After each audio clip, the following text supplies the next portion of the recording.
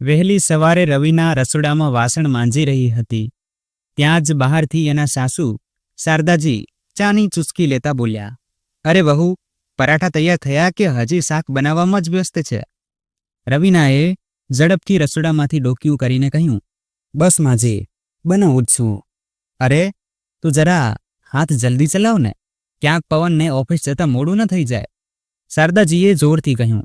એ જ વખતે પવન હાથમાં ફાઇલ લઈને તૈયાર થઈને બહાર આવ્યો અને સીધો પોતાની મા પાસે જઈને બોલ્યો, મા, આ લો, આ મહિનાનો પગાર મળી ગયો છે. રાત્રે જ્યારે ઓફિસથી ઘરે આવ્યો ત્યારે તમે સૂઈ રહ્યા હતા, એટલે વિચાર્યું કે સવારે આપી દઈશ. અને હા, આવતા મહિને મારી બઢતી થવાની છે, મારો પગાર 1.5 ગણો થઈ જશે. પવને ખુશ થતા કહ્યું. તો શારદાજીની આંખોમાં આનંદની ચમક આવી ગઈ. તેમણે પૈસા સાચવીને લેતા કહ્યું, અરે વાહ દીકરા, આ તો બહુ સારા સમાચાર છે. જો આજે તારા પપ્પા આપણી સાથે હોત તો કેટલા ગર્વ અનુભવત. હું તો આજે જ મંદિરે જઈને પ્રસાદ વહેંચી આવીશ. ભગવાન તને ખૂબ સફળતા આપે દીકરા. એમ કહીને શારદાજી બધા પૈસા પોતાની તિજોરીમાં મૂકવા ચાલ્યા ગયા. પવનનો પગાર વધવાનો સૌથી વધુ આનંદ તો શારદાજીને જ હતો. આખરે એમને આનંદ થાય પણ કેમ નહીં. દીકરાના આ પગારનો એક એક રૂપિયો શારદાજી પોતાના હાથમાં જ તો લેતા હતા. ઉંમર થઈ ગઈ હતી, છતાં હજી સુધી એમણે ઘરમાં પોતાનો રોફ જાળવી રાખ્યો હતો. ઘરમાં થતા દરેક નાના મોટા ખર્ચનો હિસાબ એ પોતે રાખતા, પણ ઘરના કોઈ કામમાં વહુને જરાય મદદ કરતા નહોતા. આજે પણ હંમેશની જેમ રવિના જ રસોડાના કામમાં લાગેલી હતી.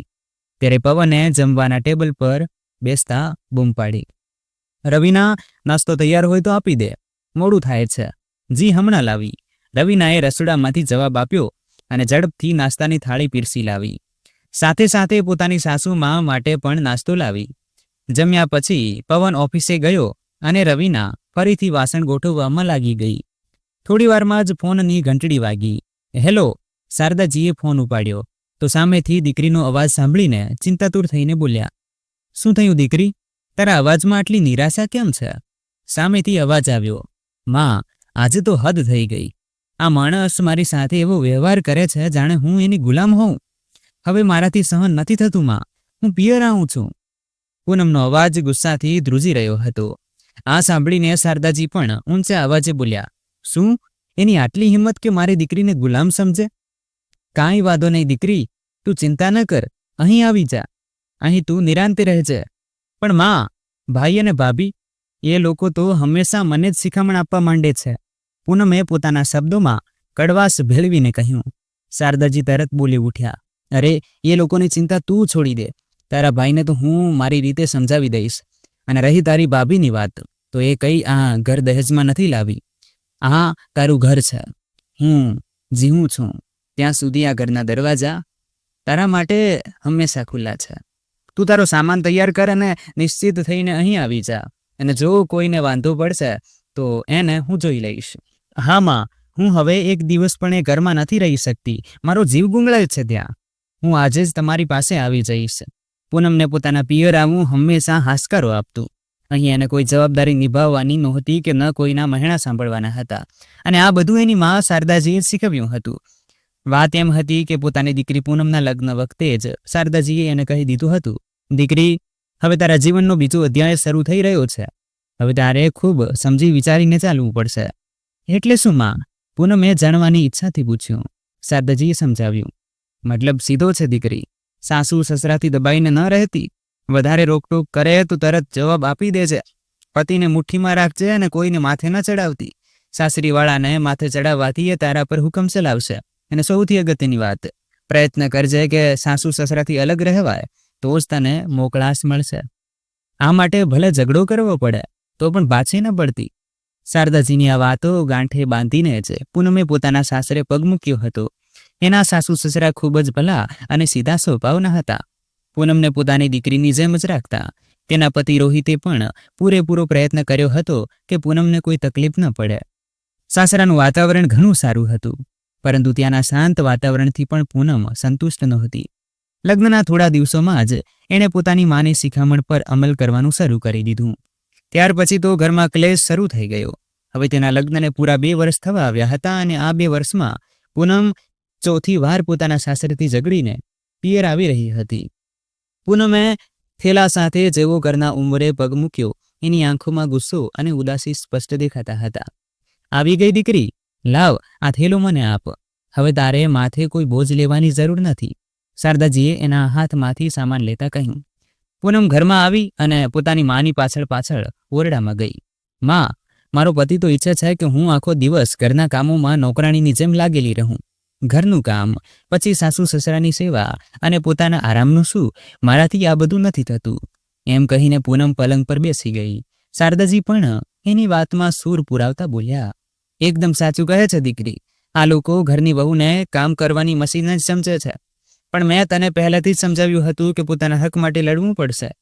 તે બરાબર કર્યું કે ત્યાંથી ચાલી આવી. તું કોઈનો ગુલામ નથી. જે તને સમજી ન શકે એમની સાથે રહેવાનો શું અર્થ? એ બંને વાતો કરી જ રહ્યા હતા ત્યાં રવિના પાણી લઈને ઓરડામાં આવી. શારદાજીએ રવિના તરફ જોઈને કહ્યું, વહુ, જ્યાં સુધી પૂનમ આરામ કરે છે ત્યાં સુધી એના માટે એની ભાવતી રસોઈ બનાવી દે. બિચારી આજે સાસરાના માનસિક ત્રાસથી દૂર શાંતિથી જમી શકશે. રવિનાએ હામાં માથું હલાવ્યું અને રસોડામાં ગઈ.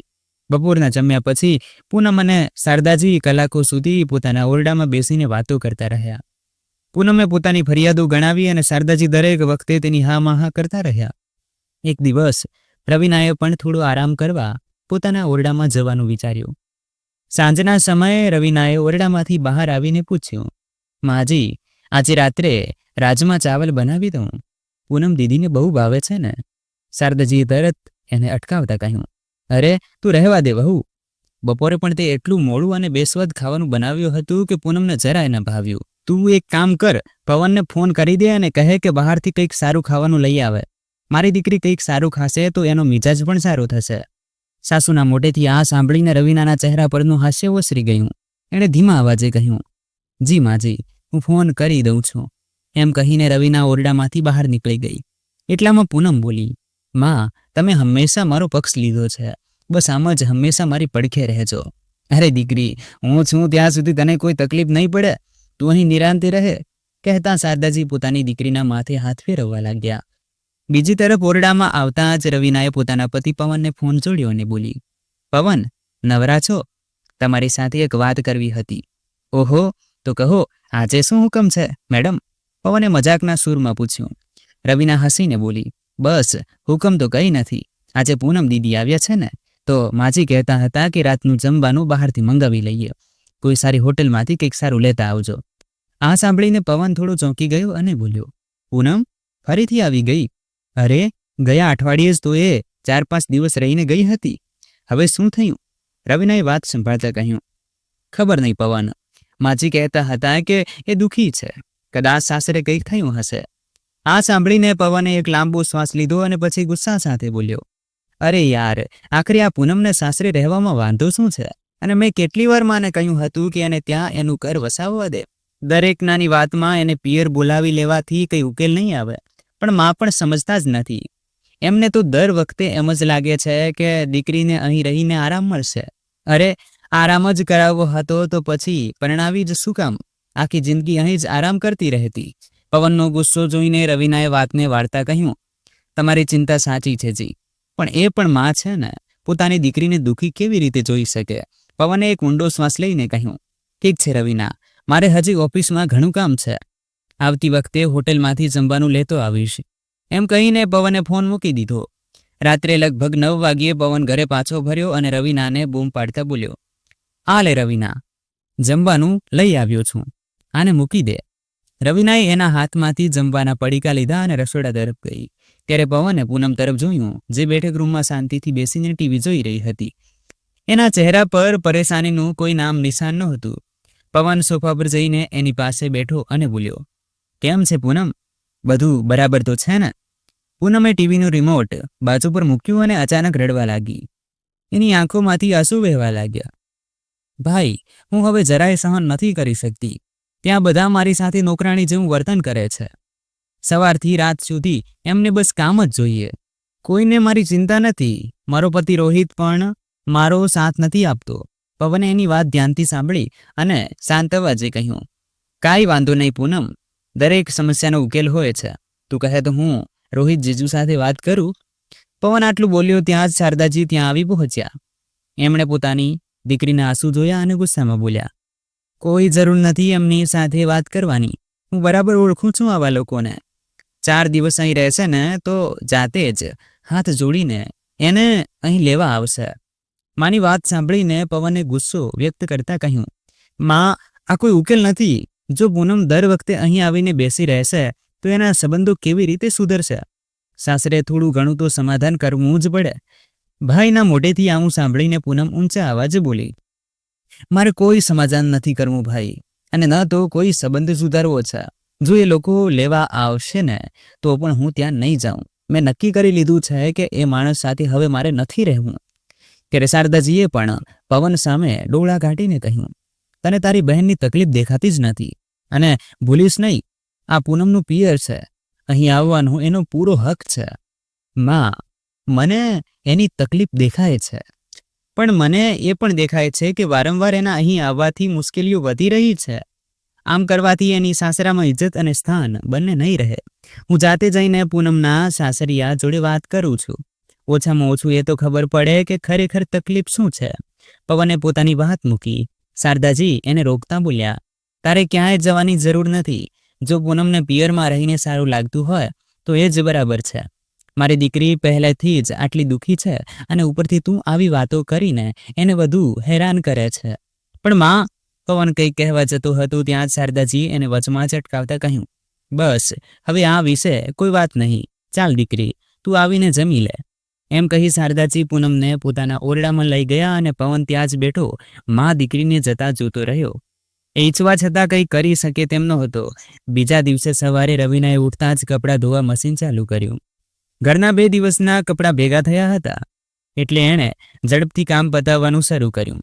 જેવી એ મશીનમાં કપડાં નાખવા લાગી ત્યાં પૂનમ પોતાના ઓરડામાંથી ઉઠીને બહાર આવી અને આરામથી વાળ બાંધતા બોલી, માં, મારા થેલામાં પણ બધા કપડાં મેલા પડ્યા છે, અઠવાડિયાથી ધોયા નથી. આ સાંભળી શારદાજી, જે નજીક જ બેસીને ચા પી રહ્યા હતા, તરત ઊભા થયા અને બોલ્યા, કાંઈ વાંધો નહીં દીકરી, હું વહુને આપી દઉં છું, એ ધોઈ નાખશે. મશીનમાં કપડાં નાખી રહેલી રવિનાએ માથું ઊંચું કરીને પૂનમ તરફ જોયું, પણ કંઈ બોલી નહીં. શારદાજીએ પૂનમનો થેલો ખાલી કર્યો અને બધા કપડાં પોતાની વહુ રવિના પાસે લાવીને મૂકતા બોલ્યા, આ લે વહુ, આ પણ ધોઈ નાખજે. પૂનમના કપડાં છે. ઘરની ચિંતામાં બિચારી પોતાના કપડાં પણ ન ધોઈ શકી. રવિનાએ કપડાનો ઢગલો જોયો. એક તો મશીનમાં પહેલાથી જ કપડાં ભરેલા હતા અને હવે પૂનમના થેલામાંથી નીકળેલા કપડાનો બીજો ઢગલો આવી ગયો હતો. રવિનાની આંખોમાં થાક દેખાવા લાગ્યો, પણ એણે કંઈ પણ બોલ્યા વગર કામ શરૂ કરી દીધું. આ તરફ પૂનમ આરામથી સોફા પર બેસી ગઈ અને ફોન પર સોશિયલ મીડિયા જોવા લાગી. થોડી વાર પછી રવિના કોઈ કામ માટે અંદર ગઈ તો શારદાજીએ કહ્યું, બહુ જલ્દી કરજે, નાસ્તો પણ બનાવવાનો છે. પછી પૂનમ તરફ જોઈને બોલ્યા, દીકરી, નાસ્તામાં શું ખાઈશ? પૂનમે ફોનમાંથી નજર હટાવ્યા વગર જ કહ્યું, માં, બટાકા પૂરી ખાવાનું મન છે. તો ઠીક છે વહુ, આજે નાસ્તામાં બટાકા પૂરી જ બનાવી દે છે. શારદાજીએ આદેશ આપ્યો. રવિના ઝડપથી નાસ્તો બનાવવાની તૈયારી કરવા લાગી. એની આંખોમાં થાક અને ચહેરા પર ઉદાસી સ્પષ્ટ દેખાતા હતા. પવન તૈયાર થઈને નાસ્તા માટે બહાર આવ્યો તો એણે જોયું કે રવિના ઝડપથી નાસ્તો બનાવવામાં લાગેલી હતી. વચ્ચે વચ્ચે મશીનમાંથી કપડાં કાઢવા અને નાખવા જતી અને પાછી આવીને રસોડાનું કામ સંભાળતી. બીજી બાજુ પૂનમ આરામથી સોફા પર બેઠી ફોન વાપરી રહી હતી. ક્યારેક હસતા હસતા પોતાની માને કંઈક કહેતી અને ફરી ફોનમાં ખોવાઈ જતી. શારદાજી પણ નાસ્તાની તૈયારી માટે રવિનાને સૂચનાઓ આપતા આપતા પૂનમને પોતાના જૂના અનુભવો કહી રહ્યા હતા. પવને આ બધું જોયું અને મનમાં દુઃખી થયો. એણે વિચાર્યું કે પોતાની મા અને બહેનને કહે કે તેઓ પણ ઘરના કામમાં થોડી મદદ કરાવે. પણ પછી એણે પોતાની જાતને રોકી દીધી કે ક્યાંક વાતનું વતેસર ન થઈ જાય, એટલે ઘરનું વાતાવરણ બગાડવા કરતાં ચૂપ રહેવું સારું. રવિના પોતે સમજદાર છે, એ બધું સંભાળી લેશે. હવે દિવસો આમ જ પસાર થવા લાગ્યા. રવિના સવારથી સાંજ સુધી ઘરના દરેક નાના મોટા કામમાં વ્યસ્ત રહેતી. કપડાં ધોવા, વાસણ માંજવા, રસોઈ કરવી, બસ આ જ એની દિનચર્યા બની ગઈ હતી. બીજી તરફ પૂનમ મોટે ભાગે ટીવી જોતી અથવા ફોન પર લાગેલી રહેતી. ક્યારેક બહેનપણીઓ સાથે ખરીદી કરવા નીકળી જતી તો ક્યારેક પોતાની મા સાથે બજારમાં આંટો મારવા જતી. આજે પણ કંઈક આવું જ બન્યું. અરે પૂનમ દીકરી, ક્યાંક જાય છે કે શું? પૂનમને તૈયાર થતી જોઈ શારદાજીએ પૂછ્યું. પૂનમ બોલી, હા માં, મારી બહેનપણી રચનાનો ફોન હતો. આજે હું એની સાથે મોલમાં ખરીદી કરવા જાઉં છું. ઘણા દિવસથી કંઈ લીધું નથી, તો વિચાર્યું આજે મારા માટે થોડા સારા કપડાં લઈ લઉં. હા દીકરી, એ તો તે સારું વિચાર્યું. બહાર જઈશ તો તારું મન પણ હળવું થશે. હા માં, પણ મને ₹10,000 આપો ને. જો પૈસા બચશે તો હું પાછા આપી દઈશ. પૂનમે નિશ્ચિતતાથી કહ્યું. શારદાજીએ તરત પોતાનું પાકીટ કબાડમાંથી કાઢ્યું અને ₹10,000 ને બદલે ₹15,000 એના હાથમાં આપતા બોલ્યા, આ લે દીકરી, ₹15,000 છે. ક્યાંક પૈસા ઓછા ન પડે, કંઈક સારું જોઈ લેજો. જો વધારે પૈસા જોઈએ તો કહેજે. ₹10,000 ને બદલે 15,000 જોઈને પૂનમ હસી પડી અને પોતાની માને વળગીને બોલી, હંમેશા મારો આમ જ સાથ આપતા રહેજો માં. શારદાજી પણ હસી પડ્યા. બીજી તરફ રવિના રસોડામાં ઊભી આ બધું જોઈ રહી હતી કે શારદાજીએ એક પણ સવાલ પૂછ્યા વગર ₹10,000 ને બદલે ₹15,000 પૂનમના હાથમાં મૂકી દીધા. રવિનાને ખૂબ નવાઈ લાગી. રોટલી વણતા વણતા એ વિચારવા લાગી, હા, એ જ સાસુમાં છે જે કાલે મને ફક્ત 1,000 માટે કેટલી પૂછપરછ કરતા હતા. જ્યારે રસોડાનું કરિયાણું ખૂટી ગયું હતું અને મેં પૈસા માંગ્યા હતા ત્યારે કેટલા સવાલ પૂછ્યા હતા. શું લેવાનું છે, કેટલાનું આવશે, આટલું જલ્દી કરિયાણું કેવી રીતે પતી ગયું, અને અત્યારે દીકરીને કંઈ પણ પૂછ્યા વગર આટલા રૂપિયા આપી દીધા. રવિનાએ માથું ઝટકારીને પોતાનું ધ્યાન કામમાં પરોવ્યું. એ કંઈ બોલી નહીં, પણ એના હાથ ધીમા પડી ગયા હતા. દિવસભરના થાક છતાં રવિનાએ ઘર સંભાળવામાં કોઈ કમી ન રાખી. રાત્રે પૂનમના ઘરે પાછા ફરતા પહેલા જ પવન ઘરે આવી ગયો હતો. રવિનાએ જમવાનું ટેબલ પર ગોઠવ્યું. ત્યાં જ પૂનમ પણ આવી ગઈ. તું આવી ગઈ દીકરી, બહુ મોડું કર્યું, ચાલ જમી લે, શારદાજીએ કહ્યું. પૂનમ બોલી, અરે નહીં માં, રચના સાથે મેં બહાર જ જમી લીધું હતું. ત્યાં મોલમાં જ રેસ્ટોરન્ટ હતી. આજે તો બહુ મજા આવી. એમ કહીને પૂનમ ખરીદીની થેલીઓ ખોલીને પોતાની માને કપડાં બતાવવા લાગી. માં જુઓ, હું કેવો સરસ ડ્રેસ લાવી છું. આ જુઓ, લાલ વેલ્વેટ ગાઉન. રચના કહેતી હતી કે આ મારા પર બહુ સરસ લાગશે. શારદાજીએ હસીને કહ્યું, હા દીકરી, તારી કપડાની પસંદગી તો હંમેશા સારી જ હોય છે. પણ ઠીક છે બેટા, બાકીના કપડાં કાલે જોઈશ. હવે મને જમવા દે. જમવાના ટેબલ પર બેઠો પવન બધું જોઈ રહ્યો હતો, પણ કંઈ બોલ્યો નહીં. એને તો ફક્ત એ વાતની ચિંતા હતી કે પૂનમ અને રોહિતના સંબંધનું શું થશે. પૂનમને પિયર આવેલા 1 મહિનો થઈ ગયો હતો, પણ ન તો એણે સાસરે જવાની વાત કરી કે ન કોઈએ એને આ બાબતે પૂછવાની હિંમત કરી. હવે રવિના પણ એનાથી કંટાળી ગઈ હતી. હારીને એક દિવસ એણે પવનને કહી જ દીધું, પવન, હવે આપણે ક્યાં સુધી આમ જોતા રહીશું?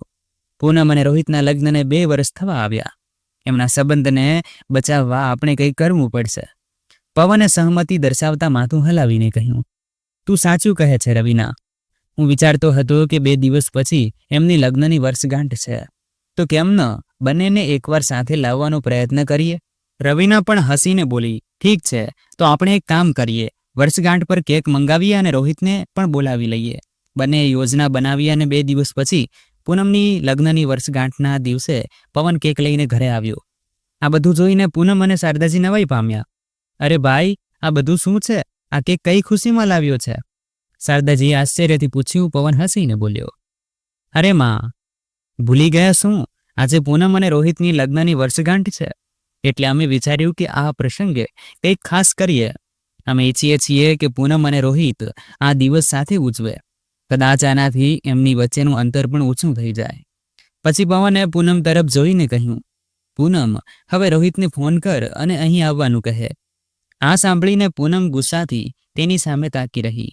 પવને કહ્યું, અરે કાંઈ વાંધો નહીં, તને ફોન કરવામાં વાંધો હોય તો અમે એને બોલાવી લઈએ છીએ. આ સાંભળીને પૂનમ ગુસ્સાથી લાલચૂળ થઈ ગઈ અને ઊંચા અવાજે બોલી, તમારી હિંમત કેવી રીતે થઈ મને પૂછ્યા વગર આ બધું કરવાની? મેં પહેલેથી જ કહ્યું હતું કે મારે એ કમનસીબ માણસનું મોઢું પણ નથી જોવું. એક વારમાં સમજ નથી પડતી શું તમને લોકોને?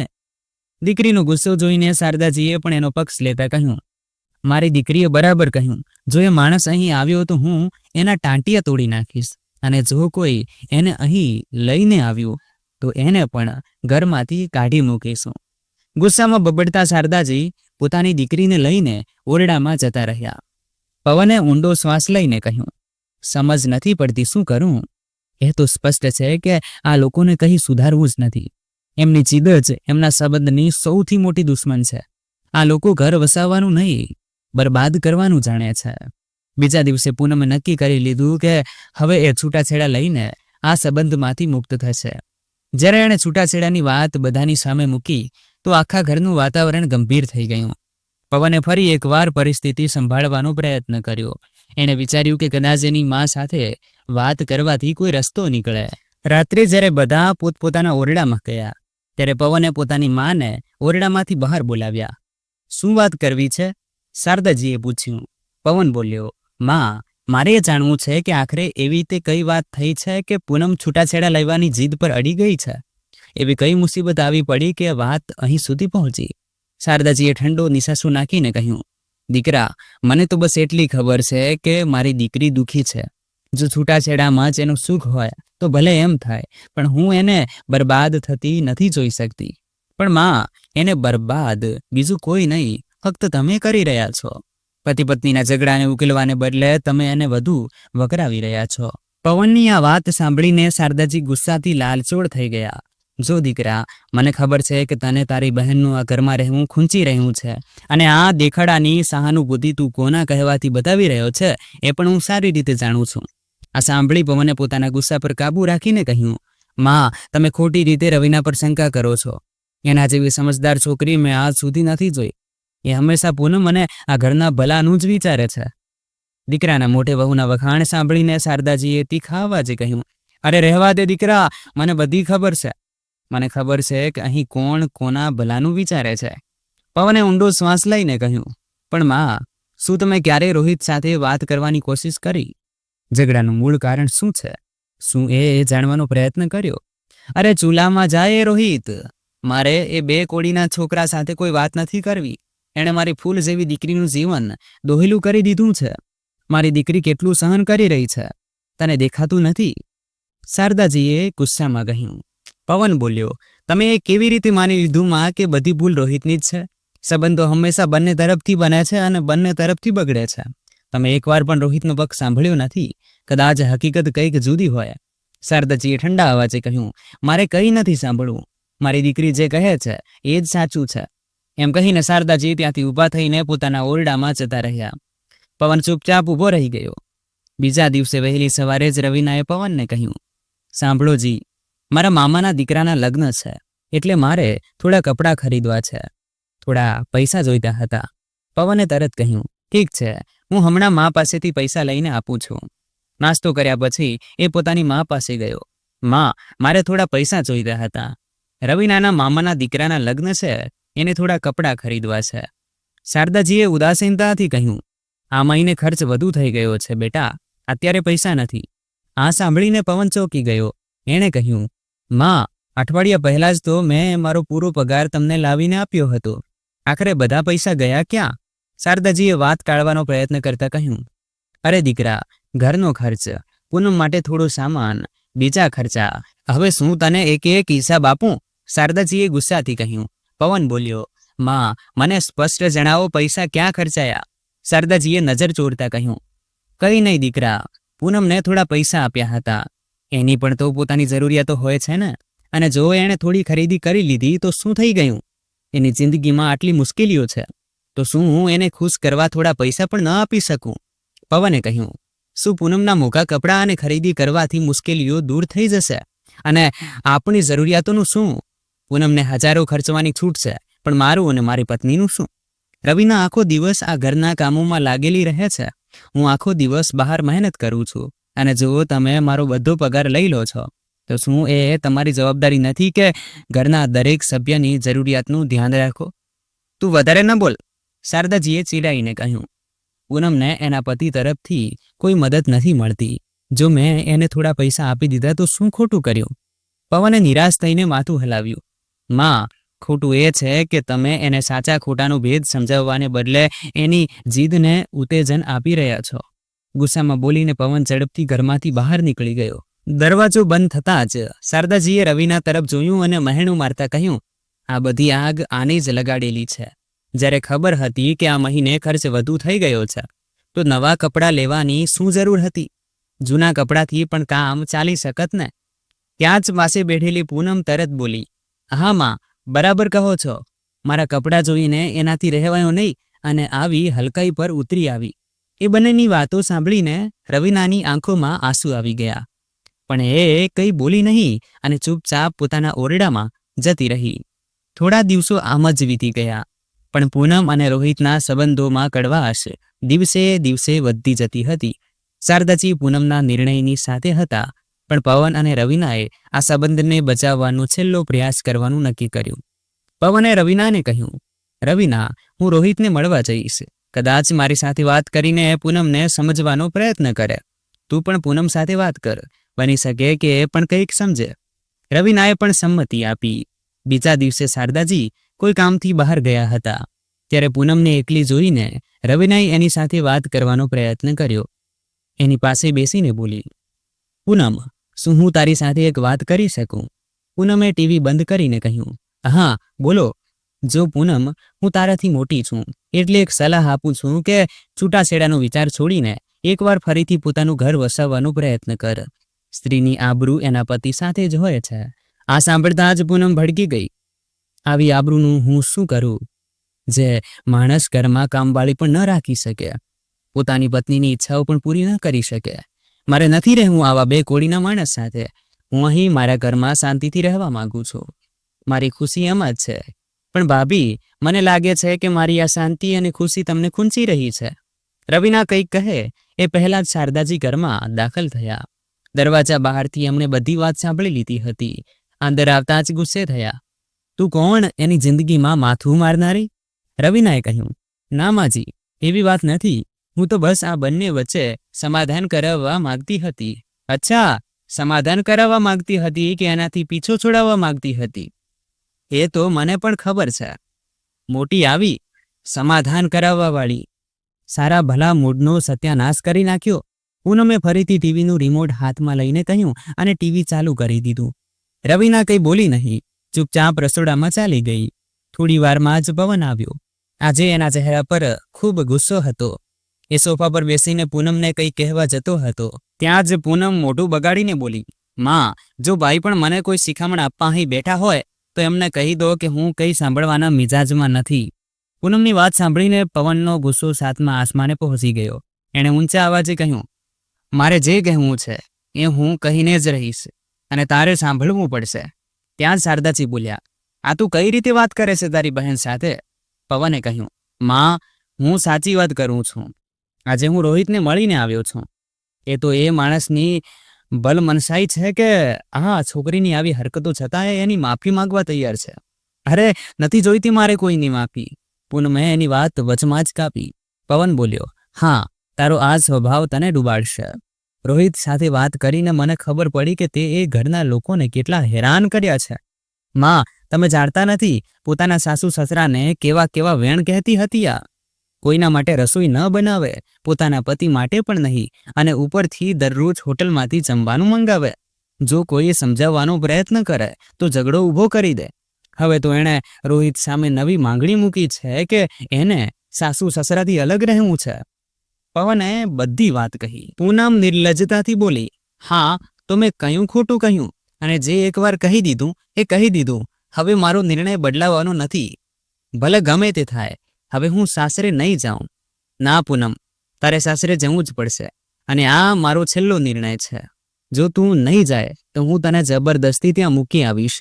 પવને કહ્યું. પૂનમ પણ ગુસ્સાથી બોલી, અચ્છા, મને બહાર કાઢવાની વાત તો દૂર, હિંમત હોય તો હાથ લગાડીને બતાવ. પવન આગળ વધીને બોલ્યો, જો પૂનમ, શાંતિથી કહું છું, મહેરબાની કરીને મારી સાથે ચાલ. ત્યાં જ શારદાજી ગર્જના કરતા બોલ્યા, તું કોણ હોય છે મારી દીકરીને આ ઘરમાંથી કાઢવા વાળો? જો આ ઘરમાંથી કોઈ જશે તો એ તું અને તારી પેલી ચાલબાજ પત્ની, જેના કહેવાથી તું આ બધું કરી રહ્યો છે. અત્યારે ને અત્યારે નીકળી જાઓ મારા ઘરમાંથી, નાલાયક, બૈરીનો ગુલામ. શારદાજીએ ગુસ્સામાં કહ્યું. પવન જે અત્યાર સુધી બધું સહન કરતો આવ્યો હતો, હવે એની સહન શક્તિ ખૂટી ગઈ હતી. બીજા દિવસે સવારે જ એણે ભાડાનું મકાન શોધી લીધું અને પોતાની પત્ની રવિનાને લઈને ત્યાંથી જતો રહ્યો. એમના ગયા પછી પૂનમે છૂટાછેડાની નોટિસ રોહિતના ઘરે મોકલાવી દીધી અને 1 મહિનામાં જ બંનેના છૂટાછેડા થઈ ગયા. અહીંથી ગયા પછી પવન અને રવિના તો શાંતિથી જીવી રહ્યા હતા, પણ બીજી તરફ શારદાજી અને પૂનમની મુશ્કેલીઓ વધવા લાગી. કારણ કે પહેલા તો દર મહિને પવન પોતાનો પૂરો પગાર માના હાથમાં મૂકતો હતો. હવે પૈસા ક્યાંથી આવે? બચતના જે થોડા ઘણા પૈસા શારદાજી પાસે હતા એ બધા ખર્ચાઈ ગયા હતા. કરિયાણાવાળાનું ઉધાર એટલું વધી ગયું હતું કે એણે વધુ ઉધાર આપવાની સાપ ના પાડી દીધી. હવે બંને માં દીકરી એ જ ચિંતામાં બેઠી હતી કે આગળ ગુજરાન કેવી રીતે ચાલશે. ત્યાં જ ઘરની લાઇટ જતી રહી. ઘણીવાર અંધારામાં બેઠા પછી પૂનમે કહ્યું, માં, ફોન કરીને પૂછું ને, કેટલી વાર થઈ, લાઇટ હજી સુધી નથી આવી. શારદાજીએ નિરાશ સ્વરે કહ્યું, ફોન કર્યો હતો દીકરી, પણ વીજળીનું બિલ નથી ભર્યું એટલે લાઇટ કાપી નાખી છે. આ સાંભળીને તો પૂનમે માથે હાથ દઈ દીધો. શારદાજી બોલ્યા, દીકરી, જો આમ જ ચાલતું રહ્યું તો ભૂખે મરવાનો વારો આવશે. તું તો ભણેલી ગણેલી છે, ક્યાંક નોકરી કરી લે તો સારું. આ સાંભળતા જ પૂનમ ભડકી ઉઠી. આ તમે કેવી વાતો કરો છો માં? જો કામ જ કરવું હોત તો હું મારા સાસરે ન રહી જાત. અને એમ પણ મારે હવે અહીં રહેવું જ નથી. હું પાછી રોહિત પાસે જાઉં છું. હું એને ઓળખું છું. એ ફરીથી મને અપનાવી લેશે. ઓછામાં ઓછું ત્યાં મારે અંધારામાં તો નહોતું રહેવું પડતું. ખાવા માટે રોટલી તો મળતી હતી. અહીંની જેમ ત્યાં દાણા દાણા માટે તરસી નહોતી મળતી. અને એટલા ખરાબ પણ નહોતા મારા સાસુ સસરા કે એમની સાથે રહી ન શકાય. એટલે બાપનું આ ઘર તમને જ મુબારક, એમ કહીને પૂનમ પોતાનો થેલો ભરવા લાગી. શારદાજી પણ દીકરીનો આરોપ જઈને સ્તબ્ધ થઈ ગયા. એમને વિશ્વાસ નહોતો આવતો કે જે દીકરી માટે આટલું બધું કર્યું એ જ આજે એમને એકલા છોડીને જઈ રહી છે. થોડી વારમાં જ પૂનમ પોતાનો થેલો લઈને ઘરમાંથી નીકળી ગઈ. પણ જેવી પોતાના સાસરે પહોંચી ત્યાંનું દ્રશ્ય જોઈને હેરાન રહી ગઈ. ત્યાં તો બધા નાચ ગાનમાં મસ્ત હતા. રોહિતના આગલા દિવસે જ બીજા લગ્ન થઈ ગયા હતા અને આજે એની ઉજવણી ચાલી રહી હતી. આ બધું જોઈને પૂનમના શ્વાસ થંભી ગયા. લથડતા પગલે એ પાછી પોતાના પિયર આવી. શારદાજીએ કહ્યું, દીકરી, હવે તારા માટે આ ઘરમાં કોઈ જગ્યા નથી. તારે જ્યાં જવું હોય ત્યાં જઈ શકે છે. એમ કહીને શારદાજીએ એના મોં પર જ દરવાજો બંધ કરી દીધો. આ જોઈને પૂનમની આંખોમાંથી આંસુની ધાર વહેવા લાગી. હવે એને સમજાતું નહોતું કે આખરે એ જાય તો જાય ક્યાં. વિચારવા લાગી કે કાશ એ વખતે રોહિતને છૂટાછેડા ન આપ્યા હોત તો આજે આમ રસ્તા પર રઝળતી ન હોત.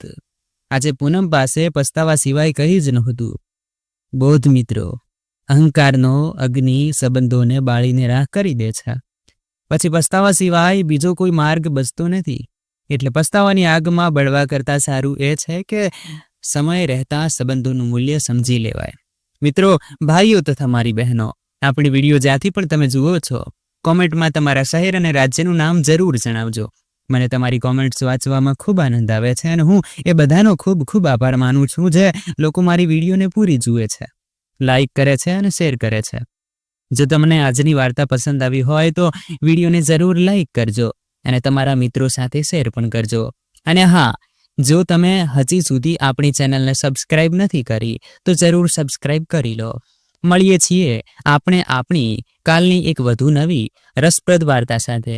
મારા પર હંમેશા તમારું પ્રેમ અને સ્નેહ બનાવી રાખો. બધાને મારા પ્રેમ ભર્યા નમસ્કાર.